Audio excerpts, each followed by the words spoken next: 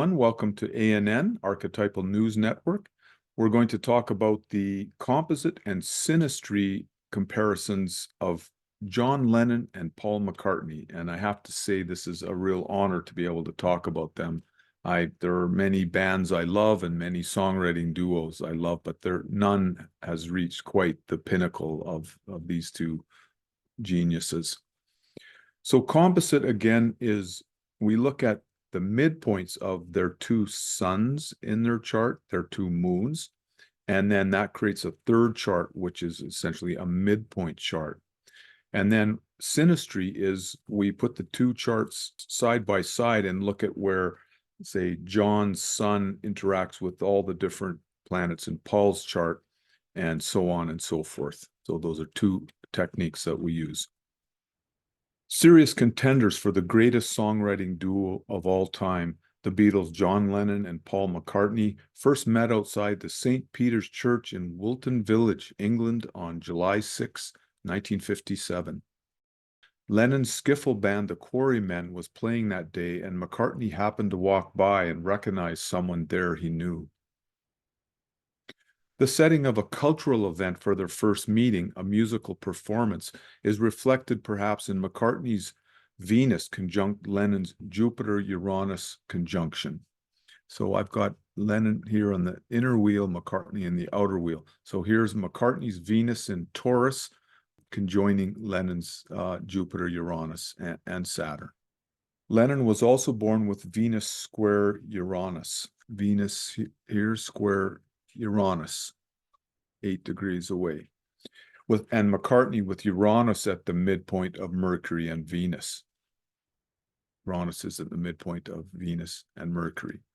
Venus, Jupiter, Uranus also suggest the nature of their grand Jupiter and revolutionary Uranus creative collaboration, Venus, and prolific output of beautiful breakthrough songs. Lennon and McCartney would go on to write 17 #1 hits, with George Harrison contributing another 3. I do not mean to minimize at all the powerful creative contributions of George Harrison and Ringo Starr to the Beatles, both great in their own ways, and Harrison particularly as a songwriter and as a pioneer in lead guitar was a genius in his own right. Ringo is a very idealistic man, and I saw him on Colbert last year, and he still has this all the beautiful 60s ideals about how the world could be. Really amazing, very loving man. The nature of chart comparisons, however, simply requires that we focus on only two people at a time. For me, Harrison's Here Comes the Sun is one of the most inspiring Beatles songs, and it was my high school graduation theme song in 1977. And I think My Sweet Lord is the greatest of all the post-Beatles creations by Harrison again. If I had to pick other personal favorites, they would be Lennon's Revolution and McCartney's Eleanor Rigby. And I have heard McCartney talk about Eleanor Rigby fondly, one of his babies. Lennon's Revolution is just such a wise song, refuting the call for violent revolution of some of the 60s counterculture. So continuing with Lennon and McCartney, we can hear the feeling of bursting enthusiastic love resonant with their Venus-Jupiter-Uranus synastry aspect here. In early classics such as Love Me Do, She Loves You, I Want to Hold Your Hand, and All You Need Is Love. These real classic early Beatles hits. The celebration, Jupiter and Uranus, of friendship, Venus, is another theme, as in their classic With a Little Help from My Friends. Oh, I get by with a little help from my friends. I'm going to get high with a little help from my friends. And I think they may have let Ringo sing that one. I can't recall. We can also hear the wide-ranging emotional richness of McCartney's Moon in square with Lennon's Jupiter-Uranus. From Leo here, McCartney's Moon to this Jupiter-Uranus. And Lennon's Moon in quincunx with McCartney's Jupiter. So they had this Moon-Jupiter both ways, wide-ranging emotional richness and sort of abundance and luxury. Their almost exact composite aspect of Moon trine Venus, look at that beautiful thing in their composite chart, reflects the themes of sweet, tender love in many of their early songs. For example, If I Fell and P.S. I Love You, as well as the close friendship they shared for many years. And this is, Moon Venus has a special resonance with a kind of youthful puppy love and the pop sensibility in general. It's really perfect for the sort of teen idols, sex symbols for younger people, and so on. It's very lovable, soft energy, like kind of puppy dog energy. McCartney, who was also born with Moon square Venus natally, embodied this quality in particular for his entire career, especially pronounced in offerings such as Silly Love Songs. Some of you might remember that. So the exuberant enthusiasm of their chemistry heard in classics such as Good Day Sunshine, Getting Better, and Got to Get You Into My Life is also reflected in their composite aspects of Jupiter, Uranus square Mercury, Mars. So Jupiter, Uranus here square their Mercury, Mars, and also the Sun square Uranus. Sun square Uranus. I've got to admit it's getting better, a little better all the time. And that also has a very much a Jupiter, Uranus quality, you know, the sense of things are improving, dramatic feelings of rebirth. Both young men embodied the soaring breakthrough spirit of Jupiter Uranus, seen in their natal charts as well. Lennon was born with the conjunction here in 1940, and McCartney with the semi-sextile Gemini to Cancer there in 1942. They're irrepressible. John Lennon and Paul McCartney at Kennedy Airport in 1964. The bursting feelings of love, happiness, friendship, and charisma are reflected in their synastry aspects of McCartney's Venus conjunct Lennon's Jupiter Uranus, as we've seen, and the Moon trine Venus in composite. It's a bit of a summary. So we can see the influence of Mercury Mars in their composite aspect of Jupiter Uranus square Mercury Mars, as we mentioned, in their roles as fresh Uranus and dynamic Mars, new voices, Mercury in the culture, their impromptu sense of humor, and many off-the-cuff comments, especially from Lennon. Lennon's famous statement that the Beatles were bigger than Jesus, referring to the statistical fact of the Beatles' rising popularity vis-a-vis that of the traditional churches, caused an uproar across the American South. And that really fits this sort of nature of Mercury Mars. You know, sometimes people feel like they put their foot in their mouth with Mercury Mars. Mercury's communication, Mars is that yang dynamic energy, and Uranus is the sort of impromptu quality. Saturn is involved here as well as a Saturn Uranus. Could be sort of youthful cheekiness followed by a consequence or a reaction. Lennon's transits that day, March 4th, 1966, though it was several months before DJs broke open the scandal, were transiting Mercury Mars in the sky in opposition with his natal Mars. So that really fits that. Mercury Mars, opposition Mars, and transiting Uranus Pluto trine his natal Jupiter. Pluto Jupiter can have a sense of empowerment that can sometimes threaten those in authority, maybe more traditional allegiances, you could say. Lennon was also born with Mercury square Pluto in T-square with his moon, which may correspond to emotionally loaded and consequential remarks. Mercury Pluto can be kind of polemical communication, or, you know, exposing truths and things like that, a kind of a darker sense of humor. They were criticized and by many traditional Japanese when they went to Japan, because their big concert was going to be in the sacred sumo wrestling hall.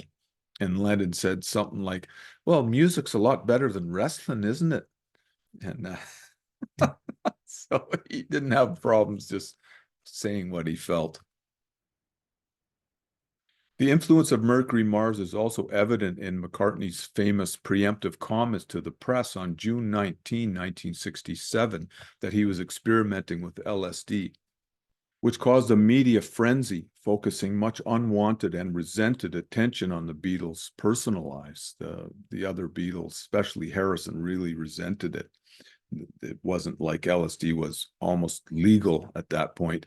And that's just something that someone asked him, I think point blank, and McCartney kind of outed them all. McCartney's transit that day included Mars trine his natal Mercury, so again, Mercury, Mars, and transiting Neptune square its natal Uranus, which can be this kind of maybe a little bit too open about one's drug use.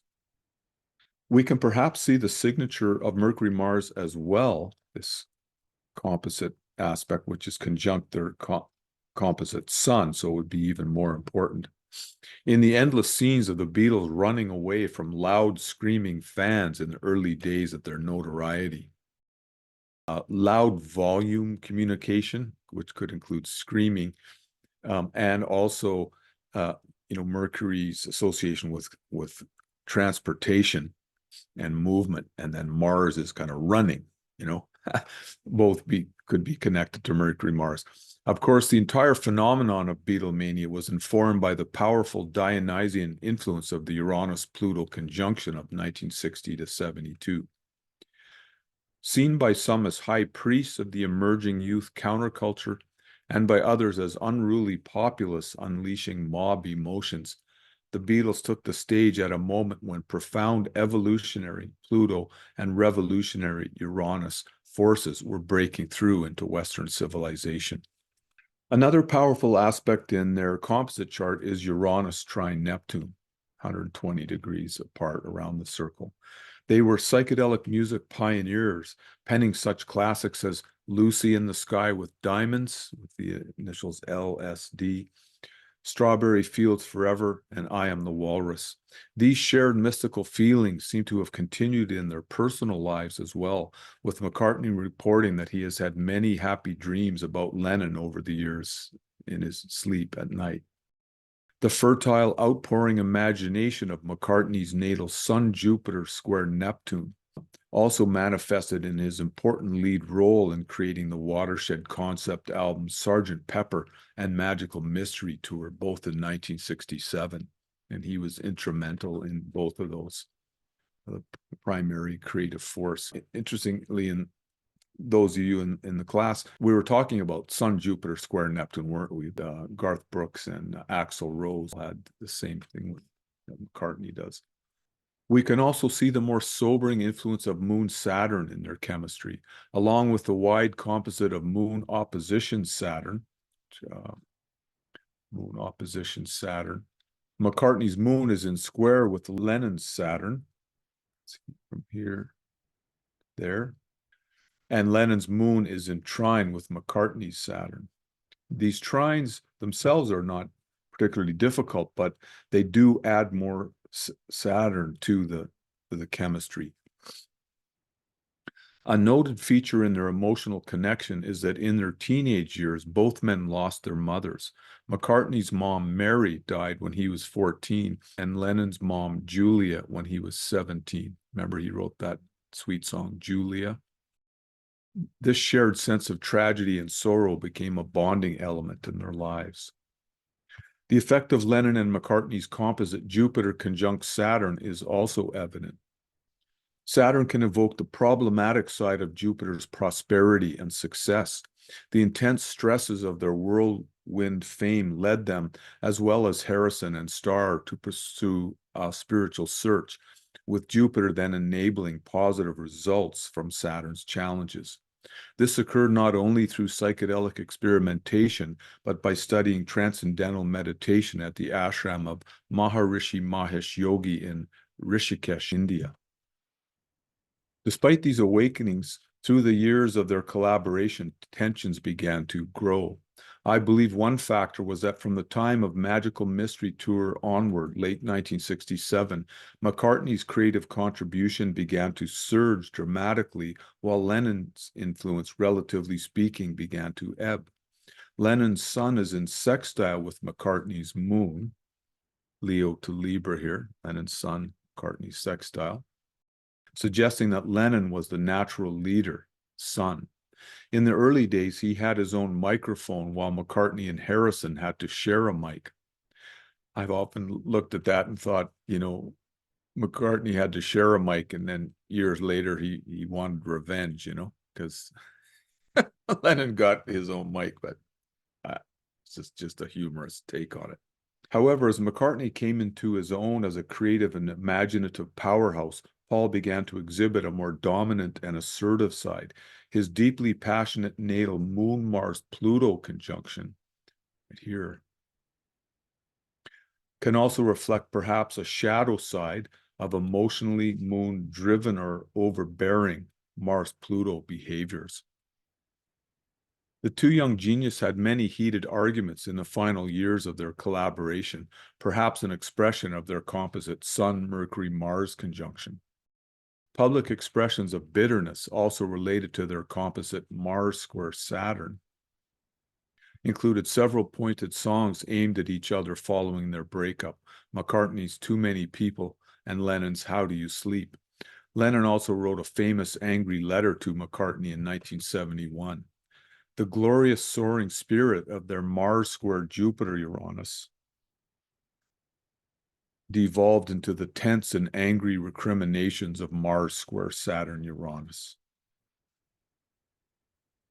Another element in their chemistry can be seen in McCartney's Saturn in square with Lennon's Venus.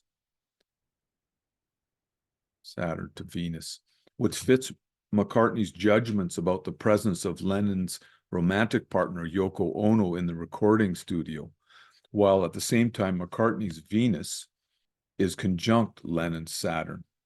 Here. On the positive side, this archetypal complex can manifest as a solid and mature working partnership. However, in their case, it also resulted in stresses upon their friendship. When the Beatles split up in 1969-70 during their Saturn returns, the cooling tendencies of Venus-Saturn overcame its long-term bonding qualities, completing a cycle of one of the greatest songwriting collaborations in history. In general, we can see the differing creative inflections of these unique songwriters in their natal charts. Lennon's grand square of Moon, Mercury, Jupiter, Saturn, Pluto, Jupiter, Saturn, Moon, Mercury, Pluto, manifested in his more intensely emotional Moon, Pluto, grieving, Moon, Saturn, like Mother. Remember that song, Mother, I Have You, Never Had Me. Some primal scream in that song. It's also Moon, Pluto. Polemic, Mercury, Pluto, like anti-war songs and so on, and political Jupiter, Pluto themes, for example, revolution. McCartney's Sun, Jupiter square Neptune is evident in his outflowing imaginative exuberance and his it's just like on the White Album, songs like Rocky Raccoon. Like, who comes up with something like that? It's just this interesting story with a really catchy tune that Jupiter Neptune has such an irrepressible kind of cornucopia of outflowing imagination, and he really put it into beautiful forms. And his Moon square Venus natally, Venus here in Taurus square Moon and Leo, quite close, in the sweetly loving and sometimes saccharine quality of some songs that we talked about, like silly love songs. Finally, although we can hear the more pronounced influence of Pluto in Lennon's work as a whole, McCartney expressed his intense Moon-Mars-Pluto conjunction here in extreme over-the-top offerings such as Helter Skelter and Live and Let Die. Yeah, that was a theme song for a James Bond movie, pretty heavy song, as Stan Groff very connected with the dynamic stage of labor and the sort of aggressive life in the jungle kind of archetype.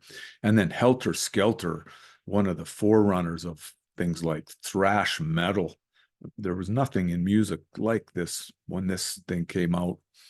I think it was on the White Album. And remember, people were playing it backwards and so on. And even the demonic Charles Manson felt that he was receiving some kind of communication through this album. And it certainly is that song, it's a very powerful expression of Pluto's rawest forms. By the end, the stresses inherent in their composite Saturn-Uranus conjunction showed up as creative tensions and issues with timing. McCartney released his debut solo album, McCartney, on April 17, 1970, just before the Beatles' Let It Be burst forth on May 8th, and used the publicity around Let It Be to sell his record, which angered Lennon. The influence of their composite Saturn trine Neptune is also evident. Saturn trine Neptune, even though it's a trine, the nature of Saturn can bring in sort of negative elements as part of the shadow of it. Saturn can bring conscious attention to the problematic side of drugs and psychedelics.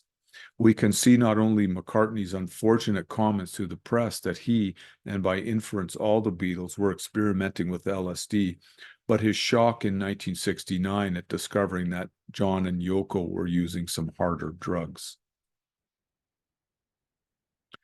The ultimate Saturn-Neptune denouement emerged when Lennon wrote his poignant piece, God, in 1970.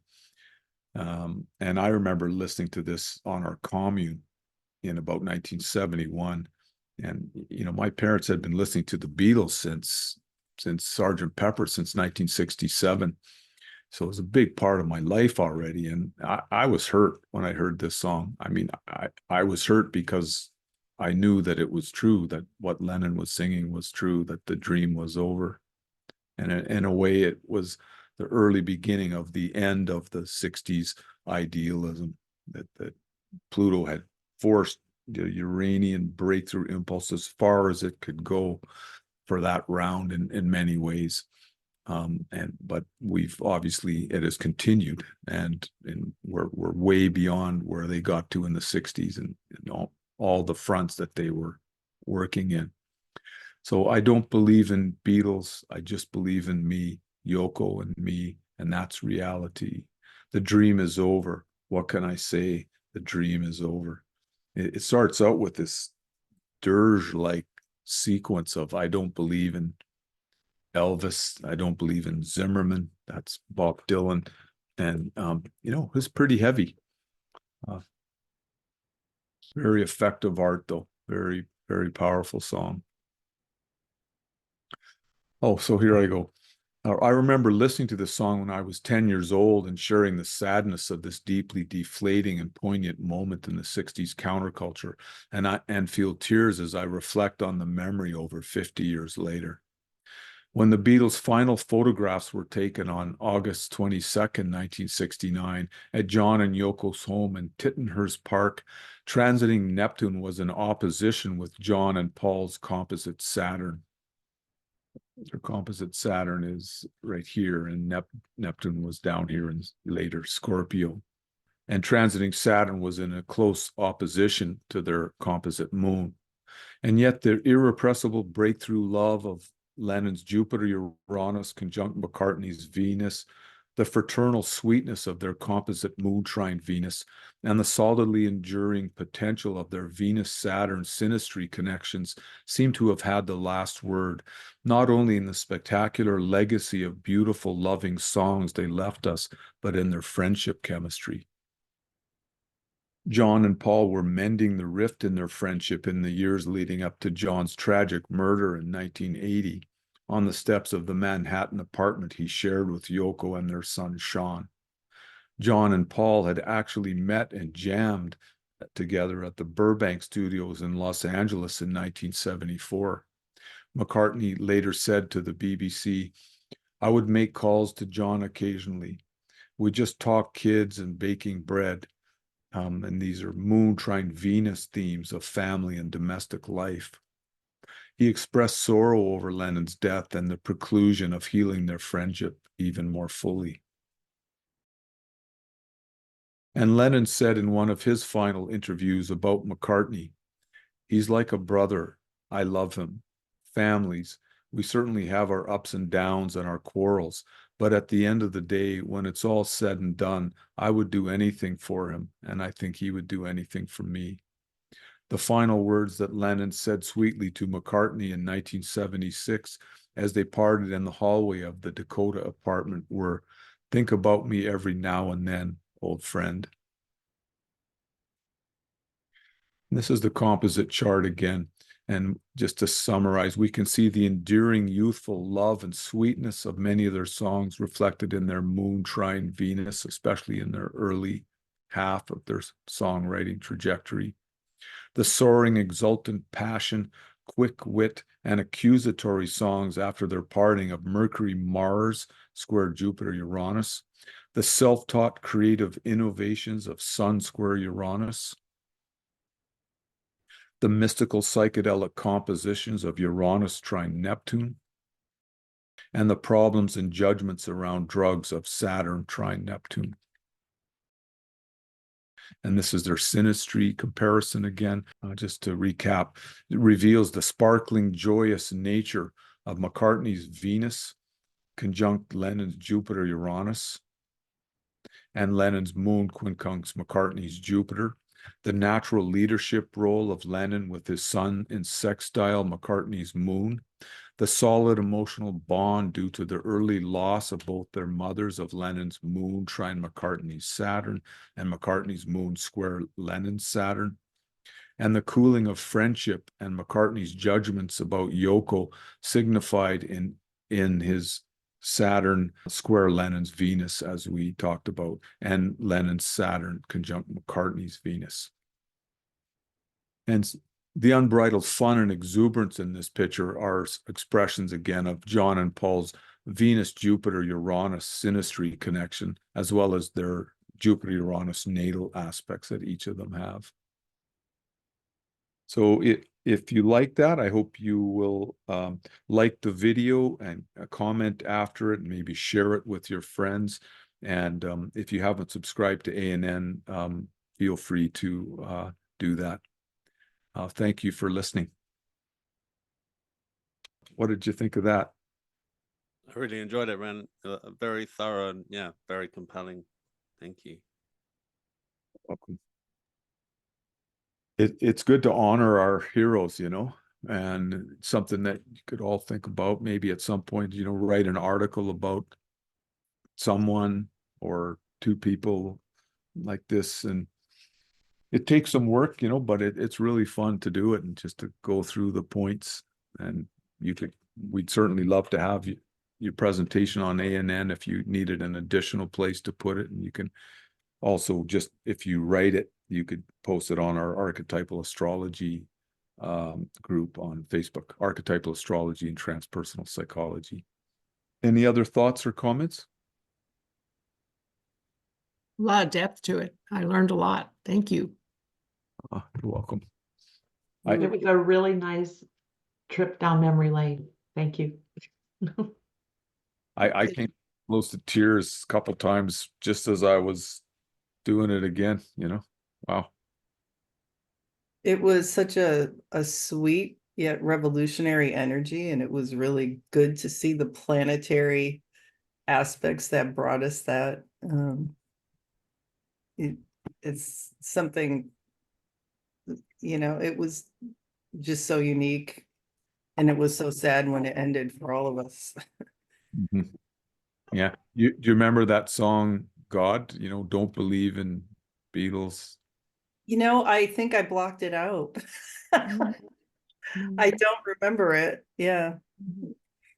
Yeah. I just remember knowing when Let It Be came out that was probably going to be their last album.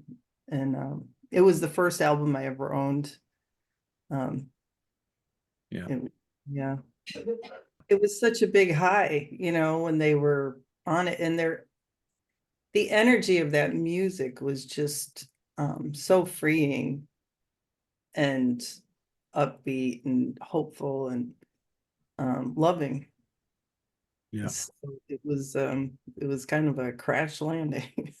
Yeah, it sure was. And Lennon says, you know, if you go carrying pictures of Chairman Mao, you ain't gonna make it with anyone anyhow. Just so brilliant and probably pretty reassuring for a lot of kind of mainstream adults or older people at the time to hear that, you know, these kids aren't all just communists, you know, or something like that.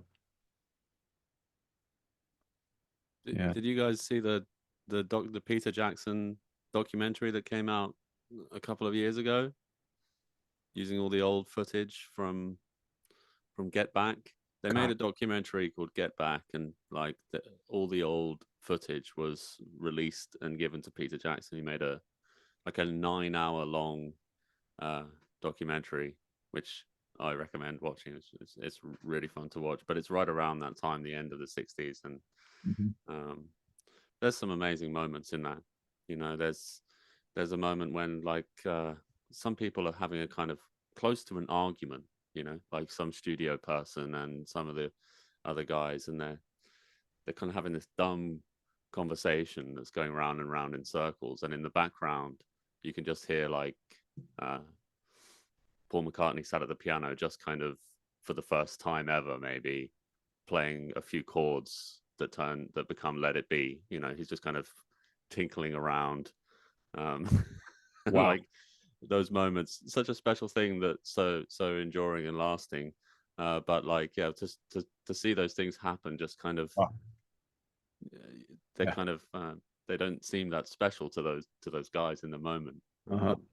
Yeah, but truly one of the greatest of their songs. I mean, no question about it. Yeah, what an epic. My dad used to sing and play guitar, and you know, that was one of the ones he would sing. Yeah. If you do watch that documentary, there's a lot of the time when Yoko is around in it, and there's quite a few times when, you know, they're both doing heroin at that point.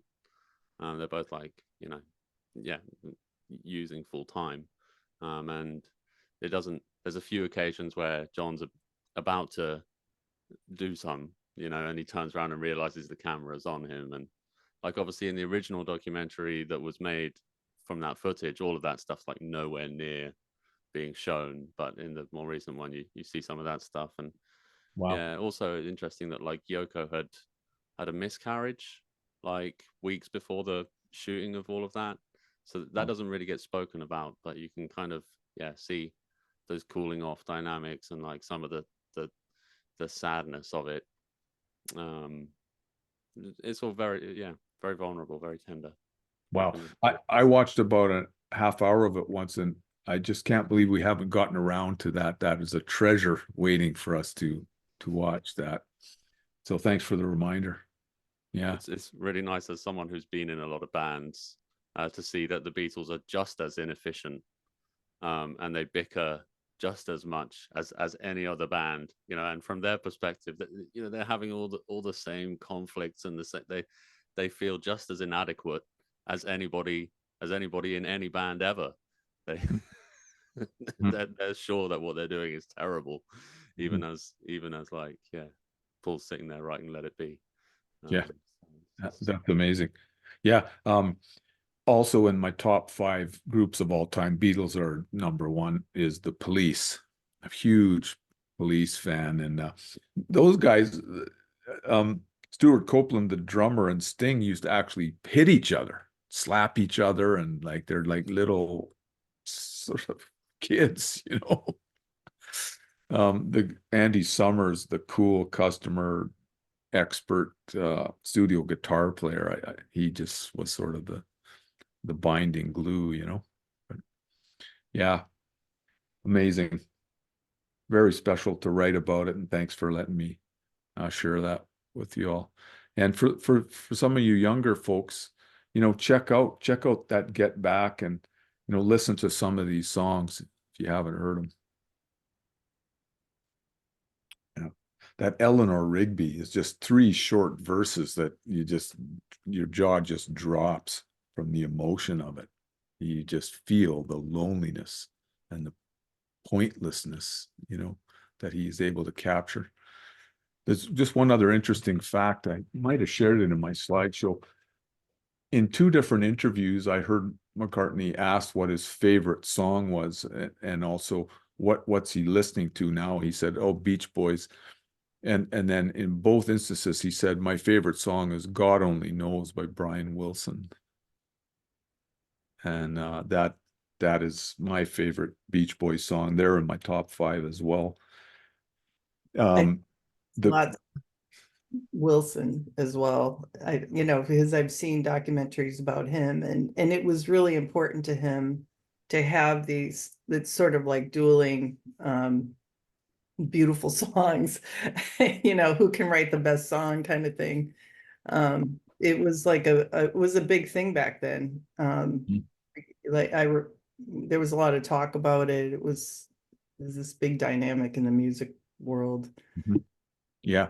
The Beach Boys are more widely known for their kind of surfing phase, surfing cars, girls phase, but Wilson, I believe, did experiment with LSD, and that was instrumental in his inspiration for Pet Sounds, which had God Only Knows and good vibrations on it. And that just blew people away when that album came out. And McCartney especially had a big influence on him. And, the great song California Girls by Brian Wilson, that inspired Back in the USSR by McCartney. Is a real fun, cheeky response to that. What brilliant, these guys. Just such a wonderful English wit response to, the Cold War and everything, just sort of making fun of the Soviet Union. Yeah, I really see Brian Wilson as an American treasure for sure, but most people would see the Beatles as, quite far above the Beach Boys overall in their creative output. But boy, there's just so much love and sunshine in their harmonies, and incredible. Yeah. Any other thoughts? Brian Wilson, there's an interesting story about Brian Wilson, that he had a kind of obsession with this song, Be My Baby by the Ronettes. And he would listen to it at times in his life. He would listen to it in excess of 100 times a day.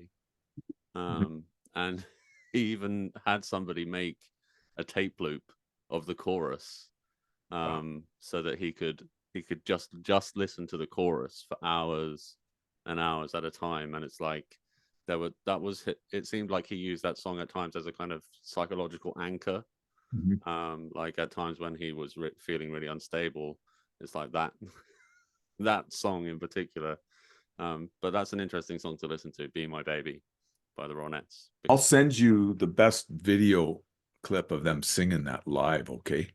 Wow, that's amazing. She was just incredible, and it was the beginning of the Uranus-Pluto conjunction, I think 63. You can just see the way she's feeling that love that was coming up. Yeah, he apparently, when he first heard that song, Be My Baby, he was in his car with his mom's car, and she was driving, and he said, pull over. And he turned it up, and he listened to it, and he said, it changed my life. There's something about the chord progression, which is not the standard blues chord progression. It sort of inverts it somehow. And John's absolutely correct. When he had his nervous breakdown, he was listening to that for 50 to 100 times a day. And he said that after it inspired a more loving phase in his own songwriting, like Surfer Girl came out of that. So that's pretty amazing, sweet when you hear about these people catalyzing each other. Yeah. We'll see you soon.